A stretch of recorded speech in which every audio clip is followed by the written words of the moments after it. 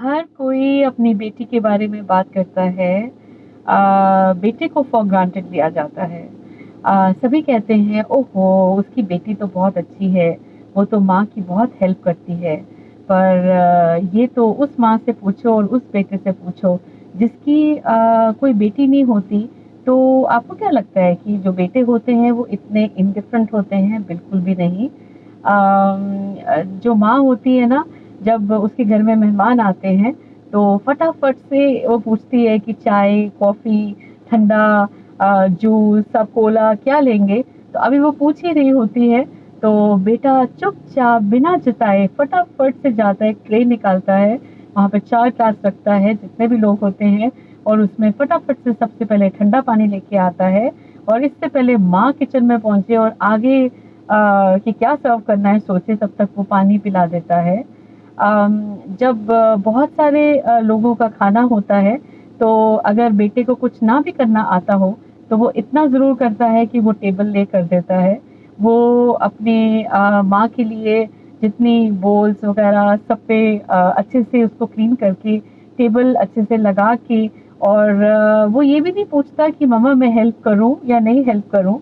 बड़े मज़े से और चुपचाप अपना काम वो बखूबी कर लेते हैं। और उसके बाद सबसे बड़ी बात ये है कि अगर एक माँ की अगर हेल्प बेटी कर सकती है, तो बेटा क्यों नहीं कर सकता? ये मेरी समझ से बिल्कुल बाहर है। ये मैं आपको अपने एक्सपीरियंस से कह रही हूँ।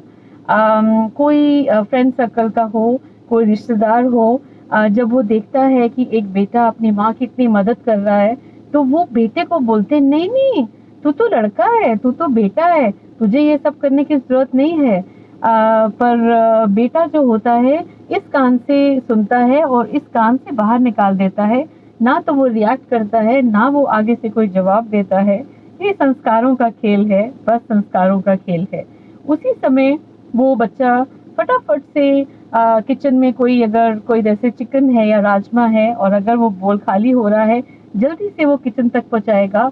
चाहे सब जने गप्पे मार रहे हों और सब बैठे हों मजे से खाना खा रहे हों, पर वो देख लेता है कि मेरी माँ अभी तक नहीं बैठी है और वो सर्व कर रही है।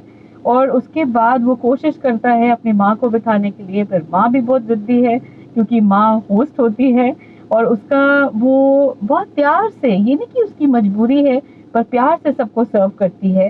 पर वो उसके बस में जो होता है वो यही होता है कि माँ की जब पसीने की से लथपथ जब किचन में खड़ी होती है, तो वो इतना करता है कि वो जितने भी यूज यूटेंसिल्स होते हैं, वेजल्स होते हैं, फटाफट से जूठे बर्तन उठा के सही से किचन में पहुंचाना, क्योंकि ये भी बहुत बड़ा काम है।